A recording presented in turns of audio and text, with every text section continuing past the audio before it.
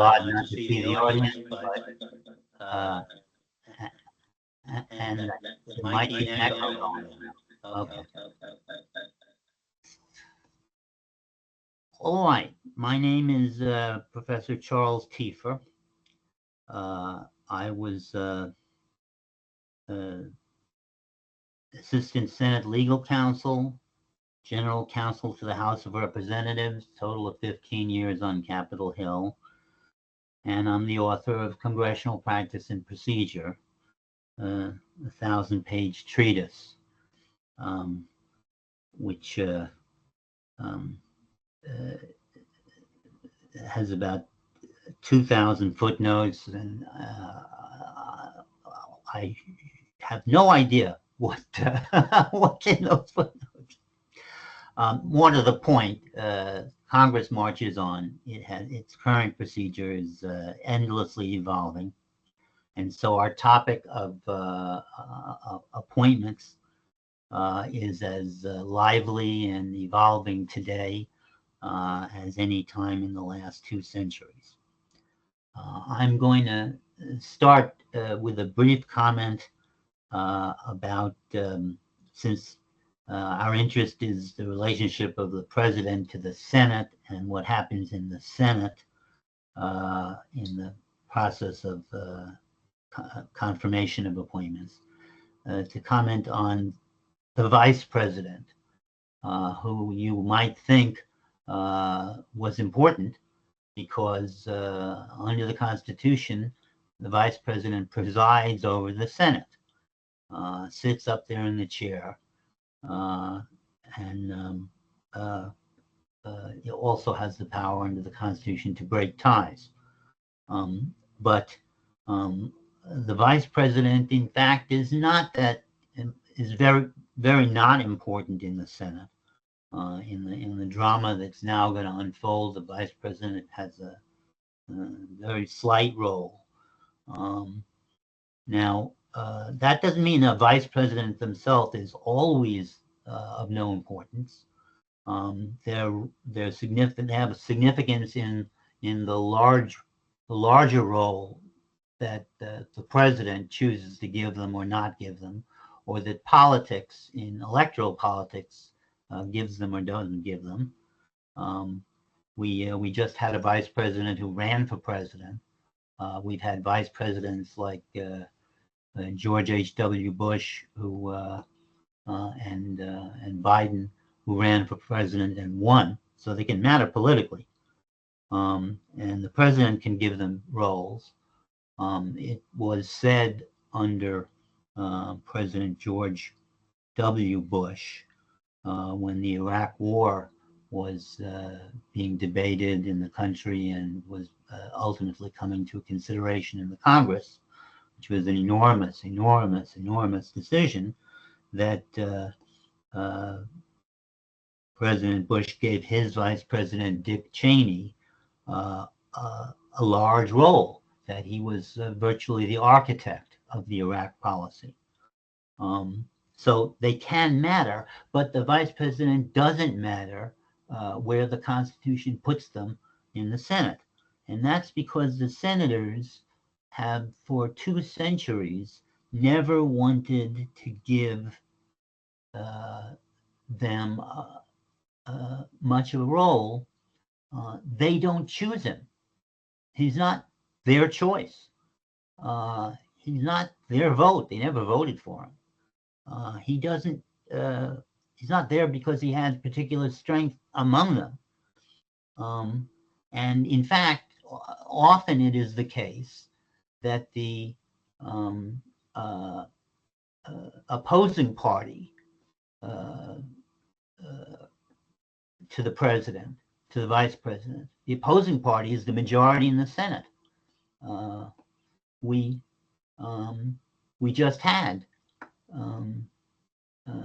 we've had it a number of times, and there's no way at all that the Senate wants to be run by someone who may be of the opposing party. So I would say that Trump's Vice President Mike Pence didn't matter in the Senate. Kamala Harris didn't matter in the Senate, and J.D. Vance won't matter in the Senate, other than what they're not given a role. They're not part of the majority party leadership. Okay, so the appointment process, the appointments in the consideration in the Senate. Let's get to it. It's the same appointments clause that controls the president's nomination of judges, and particularly justices of the Supreme Court, judicial nominations, and cabinet picks and other executive branch posts, executive nominations. Judicial nominations, executive nominations are covered by the same appointments clause and have similar processes. And we've seen a fair amount of activity in recent years over appointments of particularly Supreme Court justices. So even though that's not what's happening right now, it's worth telling because it's we've seen it, we just saw it in recent years, and it's enormously important. So one of the, in a nutshell, the president sends a nomination, a justice, just like an executive branch figure, to the Senate. It ultimately may come to a floor vote, and a majority vote suffices. Of the justices who have been nominated, 37 have been unsuccessful. 117 justices have served on the Supreme Court. So that roughly means a third as many were unsuccessful, were defeated, as went through. That's very striking.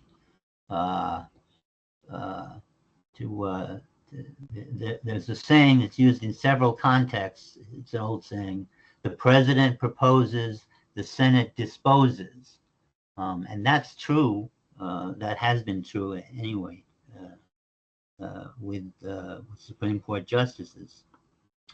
Some of the prominent ones who have been defeated start with two during President Nixon's time, Haynsworth and Carswell. And there is, they, as sometimes is the case with defeats, they tell an important story. President Nixon was going to fulfill his promises to the South during his election campaign, that he would put Southern nominees on the Supreme Court, and he wasn't choosy about them. He picked two that weren't very impressive, and they didn't make it. He then went on to appoint other justices who had nominees who had strong credentials, and they dominated the court for the years to come. Robert Bork inaugurated a period in which nominees for justice would be quizzed on their views on things like abortion and right to privacy, and he gave answers, and he lost. So he inaugurated a period in which justices' nominees had to learn not to give answers. Very prominently under President Obama recently, Merrick Garland was nominated, and the Senate, under Senate Majority Leader McConnell, said, "Oh, there's only a year until the election. We're not going to fill this seat. We want to save it to see if a Republican can fill it in the next term." And so his nomination expired, which shifted the balance. It not only was there one nominee out, but a nominee of president of one party was out, and the seat was given to the president of the other party. So the balance in the court was shifted by that defeat.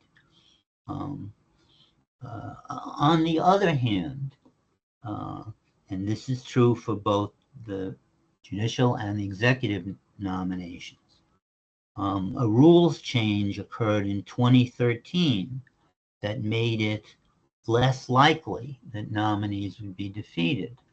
And that rules change applies today to President Trump's nominees.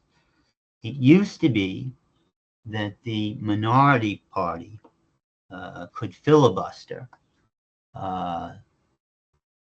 stall, unless they were stopped by a vote for cloture. And this is not some lost ancient process. It's still true for legislation. It takes 60 votes for cloture for legislation. So so one can defeat legislation. It's a whole separate subject, but in theory, if you've got 41 votes in the minority, they can defeat legislation, but they cannot defeat nominations. In 1913, the rules change said you don't need 60 votes to cut off debate on a nomination. You only need 50 votes to cut off debate on a nomination. And so people are still catching up with the fact that it's so different than it was historically. It's simply less likely to have defeats now than it was to have defeats then. Okay. So to illustrate the change, Trump's 3 Supreme Court nominations, Gorsuch, Kavanaugh, and Amy Coney Barrett, were controversial. The minority opposed them. There were some specific issues, Kavanaugh's case, about sexual allegations. But they would have been defeated if the old filibuster rule had been in place, but they weren't. They had more than 50 votes. That's all they needed. All 3 went through. All 3 are on the Supreme Court now. Okay. So, and that's, okay. Okay, so that's the sort of slightly simpler landscape of judicial nominations. Now we go to what's exciting today, which are executive appointments. There's no no one has created a typology of controversies, a typology of issues. You don't check 1 out of 3 boxes, but I find it useful to conjure up some typology, some way of saying, well, there's this kind and this kind and this kind, just as a way of taking, instead of taking them all, but sorting them out. Right now we have an exciting bunch of controversial nominations, but some of them are controversial in some ways and some are controversial in other ways. They have some historical parallels. So I'm going to say, and then I'll talk about each. There's controversies that are personal to the nominee, like ethics issues. There are controversies that are for a lack of qualifications. Nominees not up to the job. And there are controversies over whether there's some extreme policy that's either the personal view, the view of the nominee, or the view he represents because he represents the administration, and that's their view. So let's look at those three types, and let's look at and after looking at the controversies and getting a few examples on the table, then we'll talk some more in more detail about the process in the Senate, the steps that the Senate follows. So let's start with personal controversies. Well, I have an example that's not too stale. I barely, I barely put my tie on for this class, and Matt Getz is withdrawing his nomination to be Attorney General. So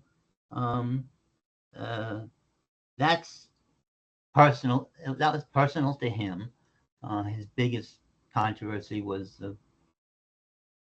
or one that was making the biggest splash right now was the one of the sexual allegations that's said to be in the House Ethics Report. He follows an distinguished, or you might say an undistinguished list. There's a famous example that John Tower, the nominee to be Secretary of Defense, who himself was a senator, and so he had a lot of friendly support in the Senate. He was defeated for how heavy his drinking was. It was in a class by itself. He was defeated. He was voted down on the Senate floor by his colleagues. They couldn't trust him to function as Secretary of Defense. Tom Daschle, who had been Senate Majority Leader, was nominated for Secretary of Health and Human Services. It came out that he had alleged unpaid taxes, and so his nomination was withdrawn.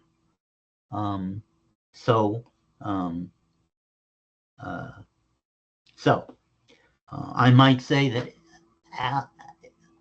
a slew of nominees went down over tax allegations when it became controversial that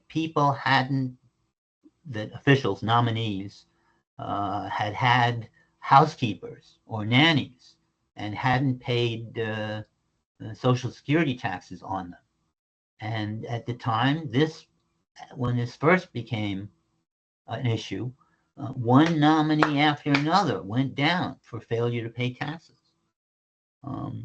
There finally came a point at which it was apparent that this was so widespread that it came to be that if a nominee would pay the back taxes, they would let them go. But a lot of nominees went down before that went through. So more ethics, more personal stuff.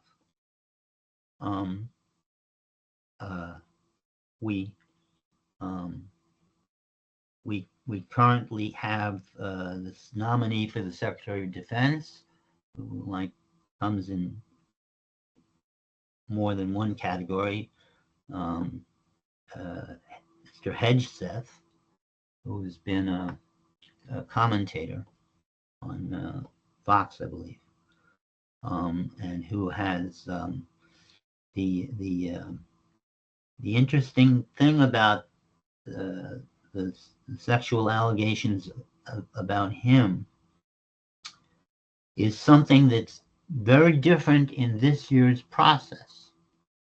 In previous presidencies, Democratic or Republican, it was universally the case that nominees were given an FBI background check. And President Trump has dropped that.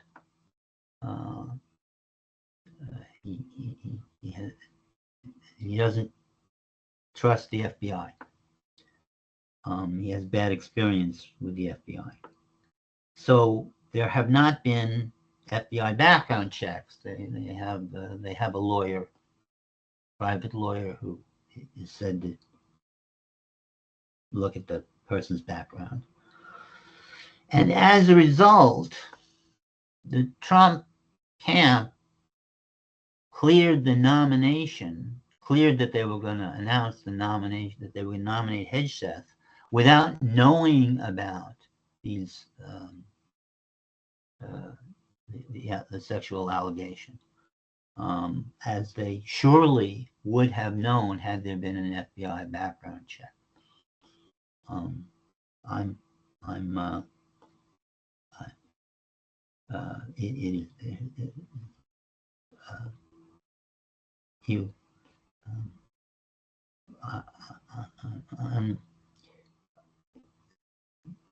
It's astonishing.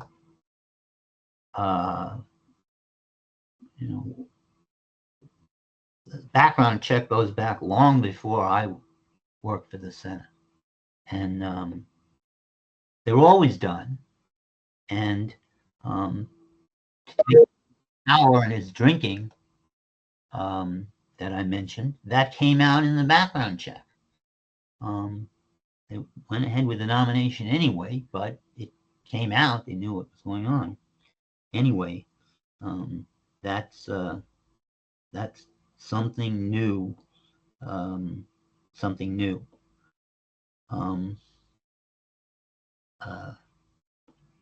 Okay. A second category besides, and I'll just okay. A second category is lack of qualifications. The public probably thinks that, like any job, an executive nomination, you must prove credentials. You must show that you can do it, that you have done it, done things like it. Well, none of that is written down in the law. There has tended to be, you tend to get qualified nominees, at least moderately qualified. I mean, they don't have to be geniuses, but moderately qualified nominees, because they'll face Senate controversy if they have no qualifications. Historically, you don't find that many defeats for lack of qualifications. But I'll mention one prominent defeat. During the Trump first administration, for Secretary for Veterans Affairs, he nominated Ronnie Jackson, the White House physician, the White House doctor, his personal doctor, so to speak. Now there were ethics issues about Jackson. That actually people remember those better than the qualifications. But he also had no management experience. The senators, for various reasons, found they'd focus on the lack of management experience more than on the personal issues, among other reasons, because they all have like hordes of veterans as constituents who were up in arms at the idea that their department was not going to be managed well. So Ronnie Jackson went down. Now, what's interesting this year is that it's early to say, but there seem to be several candidates who, potential nominees, who are controversial for lack of qualifications.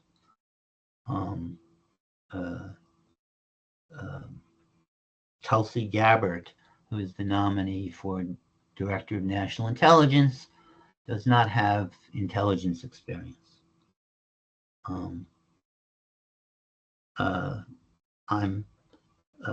It's Linda McMahon, who's the nominee for Secretary of Education, does not have education experience. It's my impression, but I'm going from public reports, you can get a different, is that President Trump is not so much arguing that these people have great credentials as that he's saying it's irrelevant. It's not what matters the most. It's there are other qualifications. His loyalty to him and his confidence in them, whatever. Or their views, whatever. So it remains to be seen whether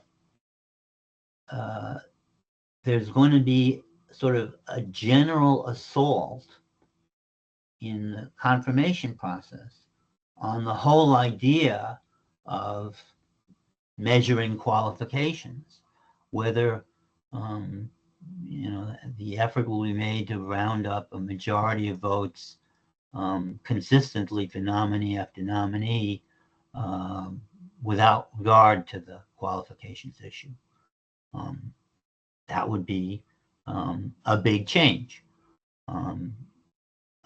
It seems to be a change that's been sought. On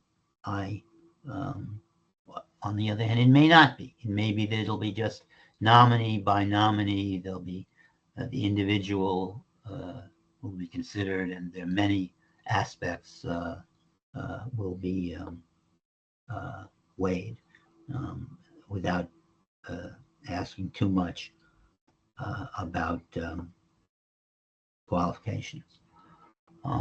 It could be that the argument is going to be made that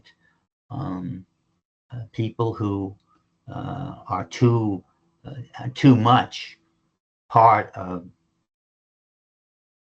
education in McMahon's case, or intelligence in Gabbard's case, are captured, are part of a deep state, or their views are too boxed in, or they're unwilling to bring freshness, or they're unwilling to challenge what's there.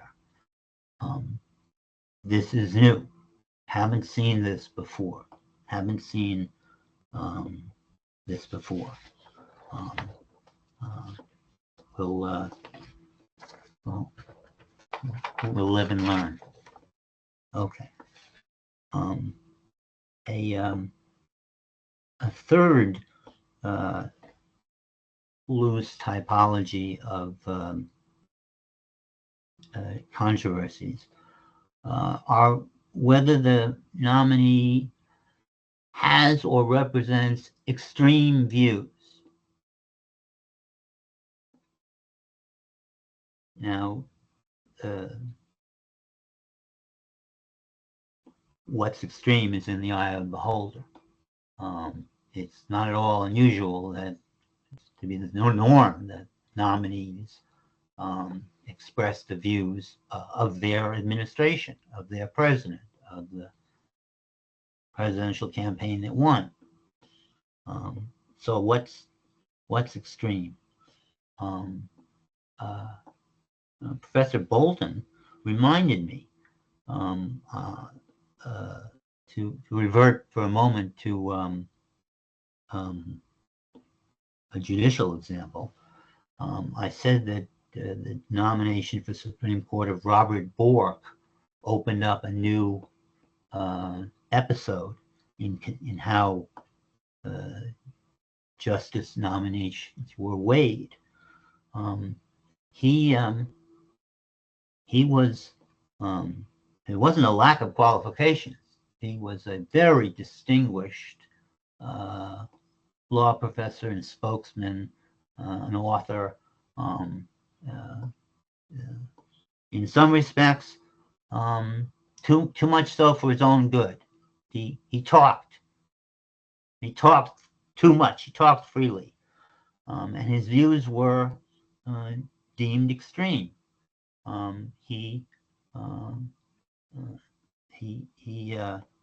He disputed that there was a right to privacy in the Constitution, which opens up the question not only of abortion, but contraception, other matters. At this time, you didn't hear that debated by justices. He was so extreme that he sank, or he was deemed so extreme that he sank himself. That he lost his nomination, and thereafter justices knew to trim their sails a little in what they said. They weren't so extreme.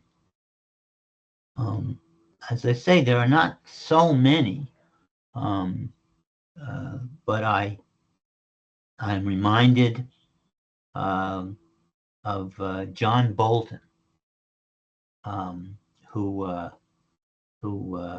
is still in your time, because he's gone on to a career in the Trump administration.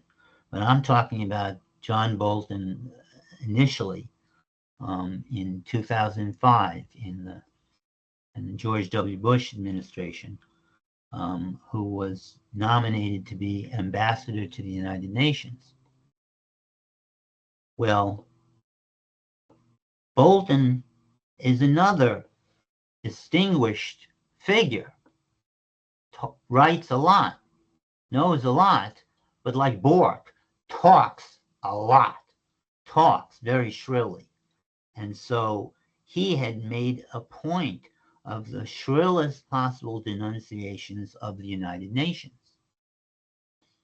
Now, that might not be such a big deal today, but at the time, that was considered undiplomatic. You weren't supposed to say to the face of the people you were going to go sit with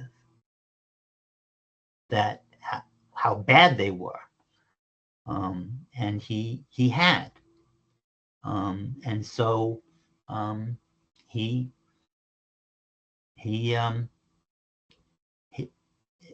was filibustered. It was questioned whether what kind of an ambassador he would be at the United Nations. I say again, today this might not seem, but this is 2005. Things were different. So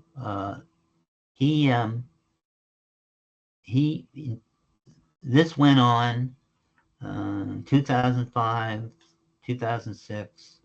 Finally,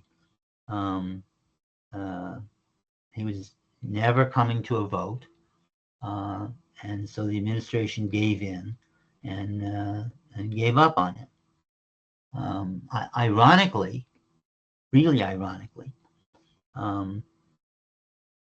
he went on to be Trump's national security advisor. And then, after he left the Trump administration, a severe critic of Trump, which is to say the man talks. I mean, he's very vociferous about his views. Okay, so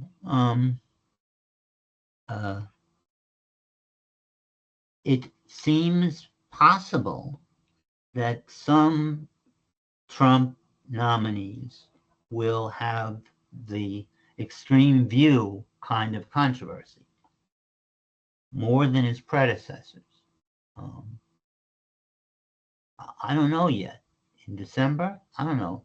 A couple of months from now, we'll know better. The most prominent example is Robert F. Kennedy Jr., nominated for Health and Human Services. You know him for controversial views on vaccines, other controversial views on other health subjects.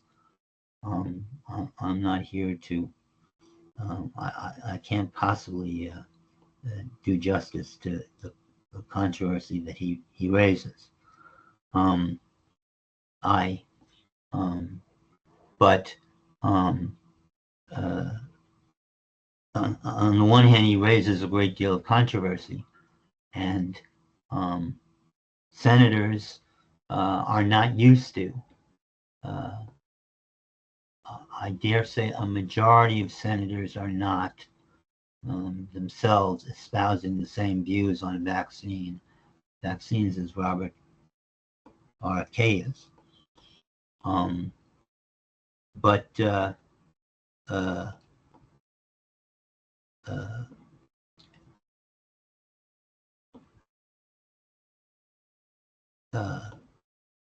his views,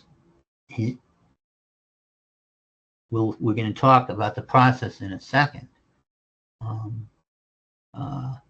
You can just, I would say that at the hearings of RFK, the blood will be ankle deep about the fighting. But so that's I put him in the Bolton kind of category. Now, it's not true that I'm not saying, it's a little different. It's not that this is the first president who's ever had controversial policies.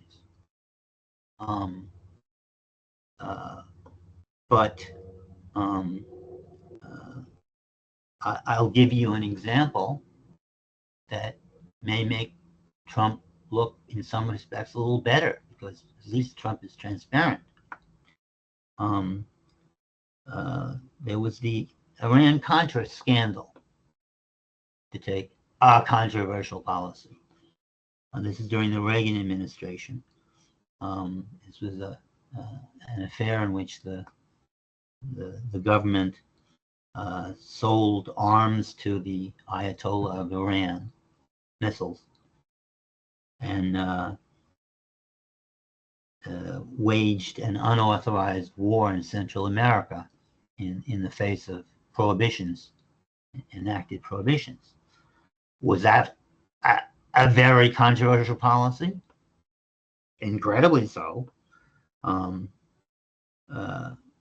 But it wasn't done by naming nominees who would espouse these policies.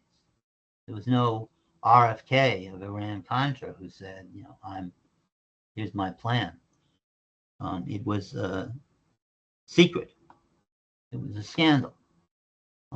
It wasn't at all apparent from nominations that there would be these issues. So the appointments process has the function of vetting controversial policies, but also giving an administration a chance to get an honest mandate for them, to have its people say, this is what we're going to do, and, vote us up or down. And that's, so it's a good thing. It's a good thing even about controversial nominees. At least they're being transparent. I don't mean they're being completely transparent. Of course, the nominees try to make things look as pretty as possible, but they're at least talking about them. Okay, so so let's talk about the process. When a nomination comes over, it's referred to the Committee of Jurisdiction. For example, Linda McMahon for Education Department will go to the Senate Committee on Health, Education, Labor, and Pensions. Hedgespeth for Defense will go to the Senate Armed Services Committee. This is very important. This is not just housekeeping. This is turf. These are the committees that play a long game. President after president, the Armed Services Committee has the Defense Department. It handles the nominees. It handles the legislation. Above all, well, not above all, in terms of what fills its time, it handles the hearings, constantly having hearings on subjects of interest. So, and I might say, all these people have subordinates, assistant secretaries of defense. They troop along to the same committee of jurisdiction.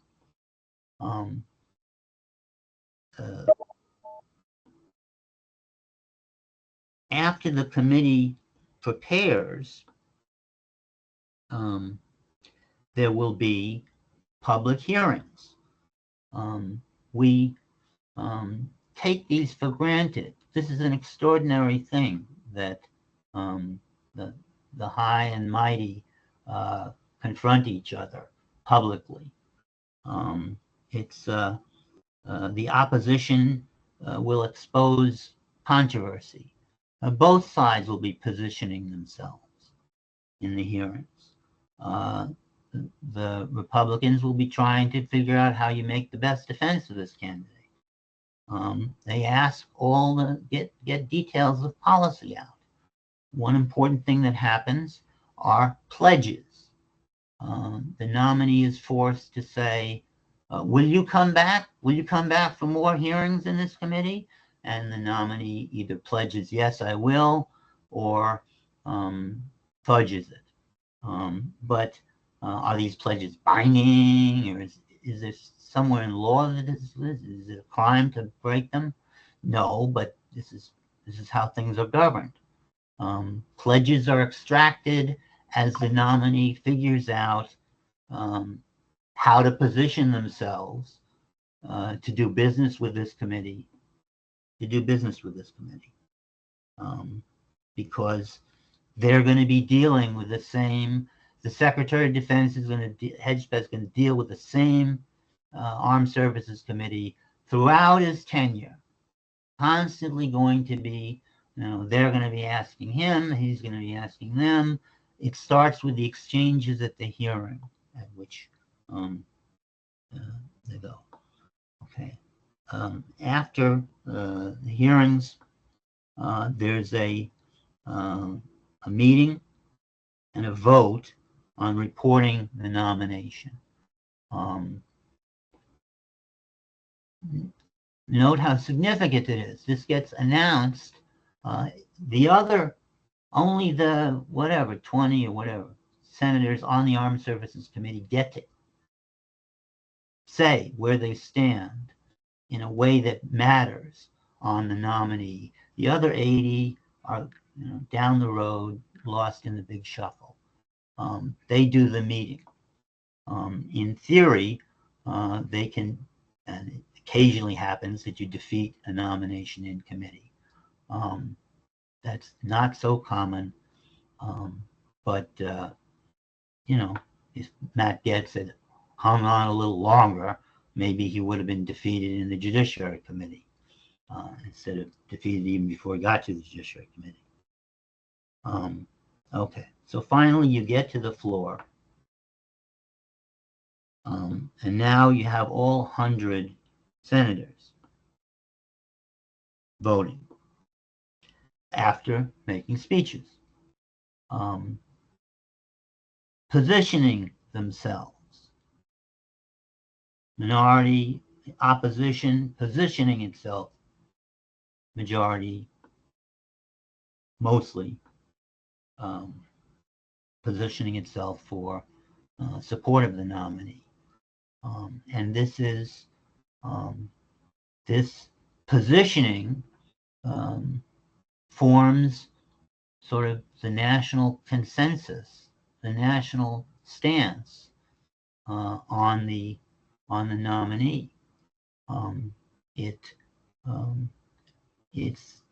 the culmination of all the input, including a lot of feedback from constituents, all the press, lobbying by the president or others at the core of the White House.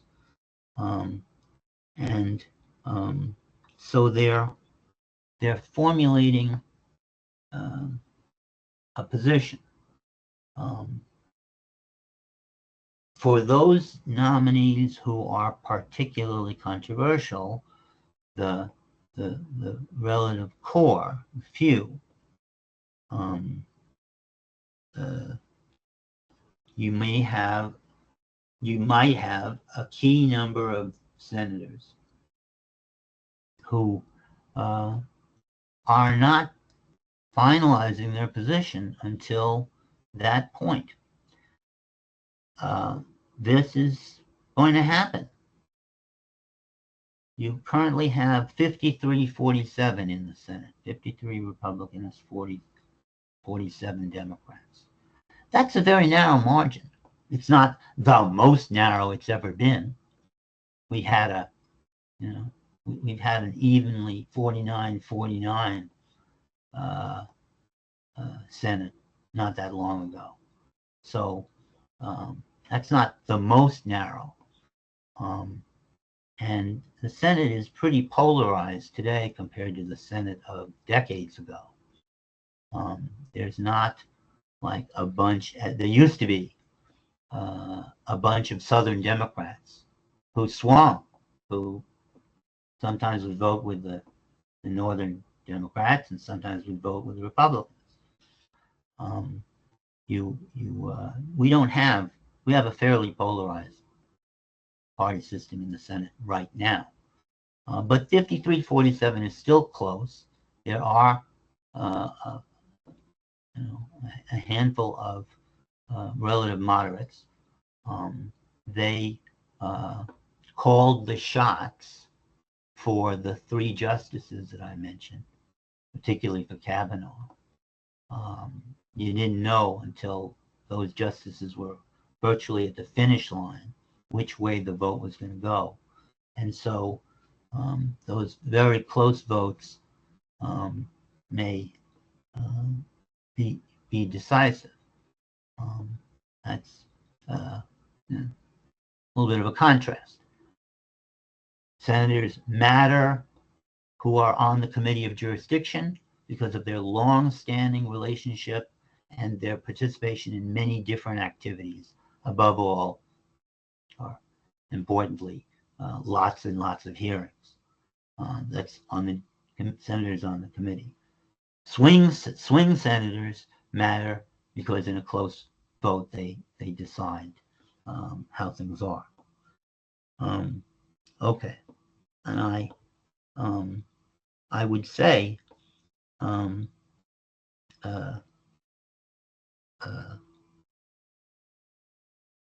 I also would say that in the Senate, although the appointments process comes to a peak and happens and is final in some sense, in another sense, it's part of it's part of an oversight process that will begin from here and continue on.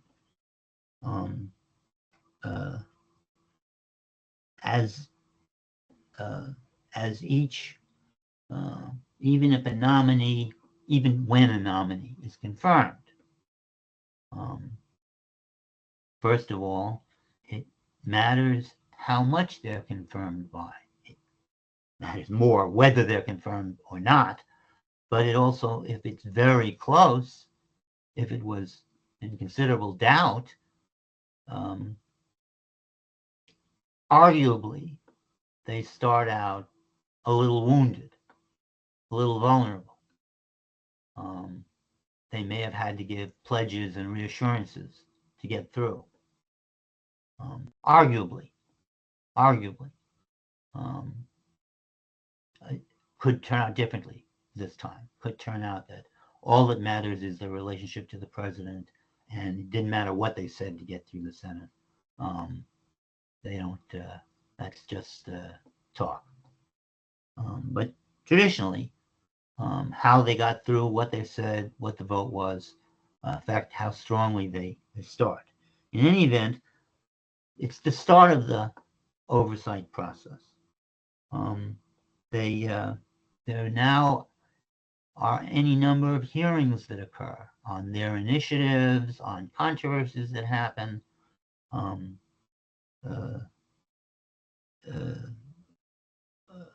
There's on lesser nominees, the committees. That's how the committees make themselves heard, make themselves felt.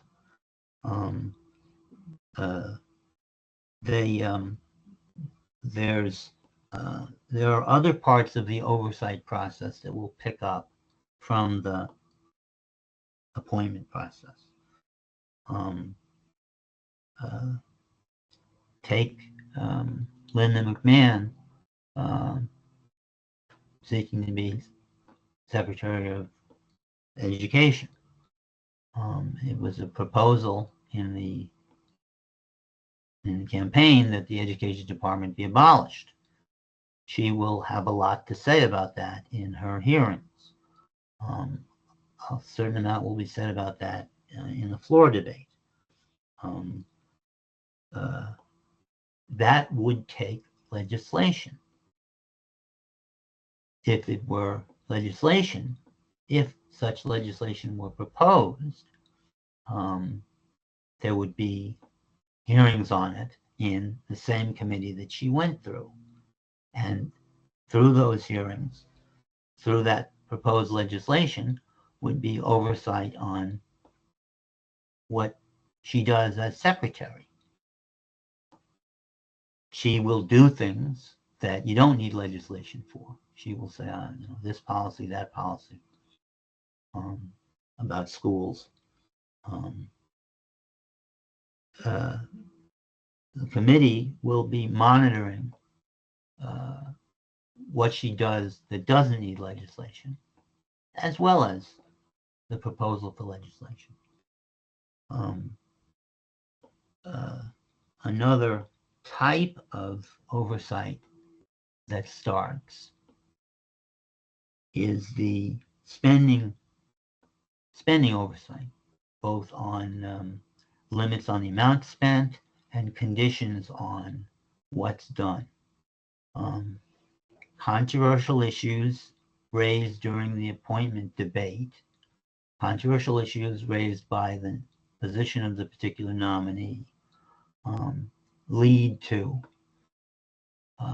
proposals when the annual spending bill is there for the department. Proposals, none of this money shall be spent on Linda McMahon's proposal to do the following with respect to schools. Conditions, spending conditions. That's they're not easy to adopt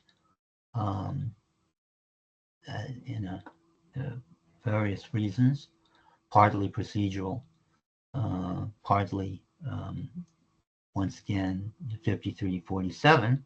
But I'm not talking about conditions for everything. I'm talking about conditions for those particular controversies which, starting in the appointments process, sounded like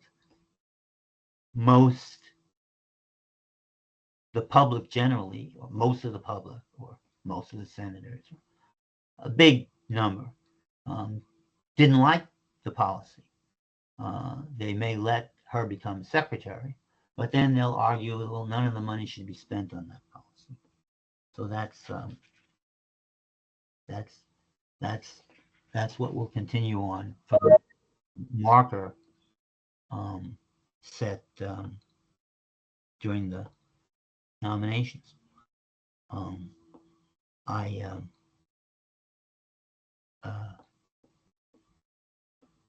I think I'm supposed to say a few words about recess appointments.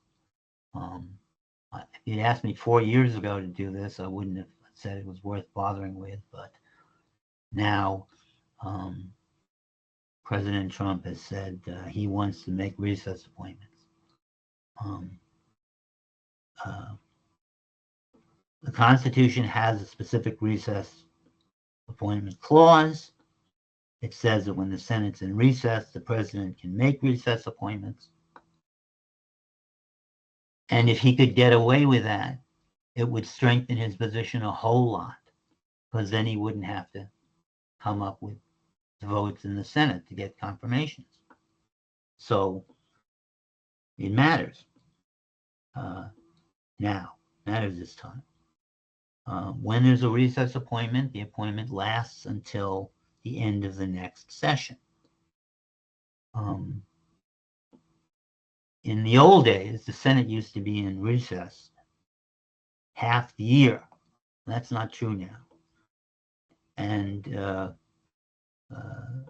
in a 2014 opinion, the Supreme Court said recesses have to be 10 days or longer for recess appointments. That was a question that had waited 2 centuries to get an answer from them.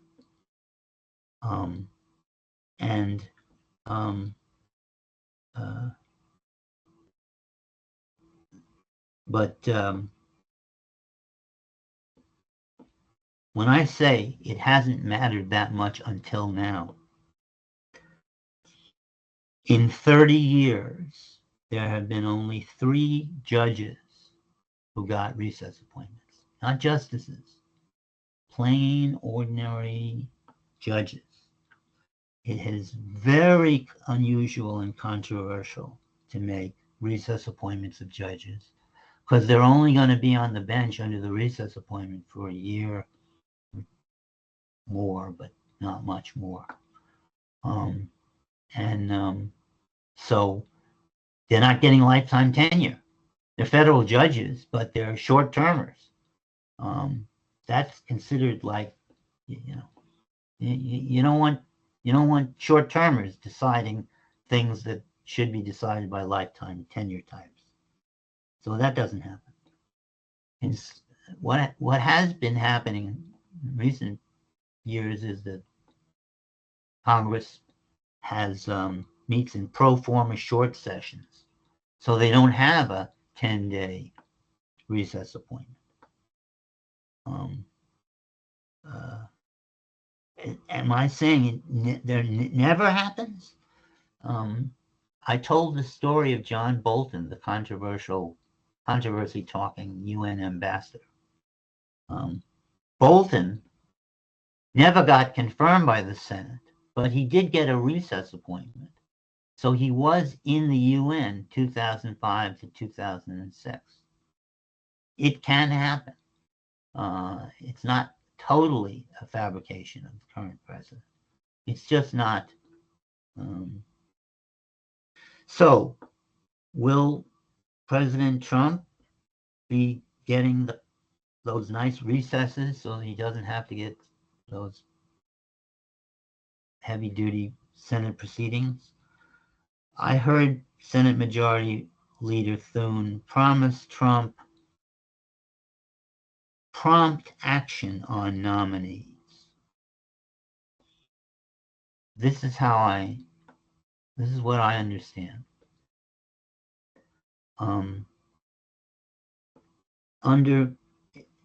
If in a world in which it was Christmas every day for the Democrats, they could use stalling tactics in the Senate. The vote can be cut off, but it's still a lot of talking. If you do all the allowed talking on every nominee, you stall. You stall. Their minority leader Schumer is not going to do that. He's not going to let them. If one or two want to talk, one or two will talk. I mean, more than one or two. But if any of them got into the notion to collectively stall, Schumer would say to them, don't do this, or Majority Leader Thune will hold recesses and give Trump a window for recess appointments. And Democrats are not going to do that. So as long as Thune seems to be positioned that as long as he can get a floor vote promptly, he'll get a floor vote. And at that point, the majority of the Senate Republicans out of the 53 will decide the fate of the nomination. And we will see after, if and when several nominees are defeated, then Trump will surely come back to Thune and say, how about some recess? And then we'll see. And that's what I have to say.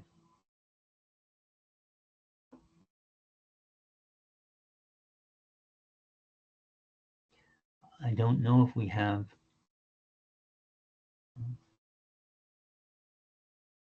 Tiefer. There we go. Okay, wonderful. Well, thank you for that very informative talk, Professor Tiefer. We've got a few minutes left for the class before the next lecture is coming in. So if it's all right with you, I'd like to ask, does anyone in the class have any questions, or any of my colleagues who are here? Anyone? No questions? Okay. Well, Professor Tiefer, I greatly appreciate you taking the time to come here and lecture remotely. I certainly appreciate you taking that hour or so. It was very informative. I'll just bring to everyone's attention your book. Believe it or not, when he talks about recess appointments and congressional approval and advice and consent, this is his book. That only takes up about a dozen pages, if even. The other 1,000 pages is on every other intricacy of congressional practice. If you can find a copy, certainly get it. It's very informative. But Professor Tiefer, thank you again. Hopefully in the future I'll be able to have you back at some point. But thank you for this very informative lecture, and I certainly will be in touch with you after today's class. It's a pleasure at this great historic moment to get to talk. Yes, absolutely. Well, again, thank you for your expertise. And if I don't get to speak to you beforehand, I'm sure I will. But I hope you and everyone here has a happy Thanksgiving. So thank you, sir.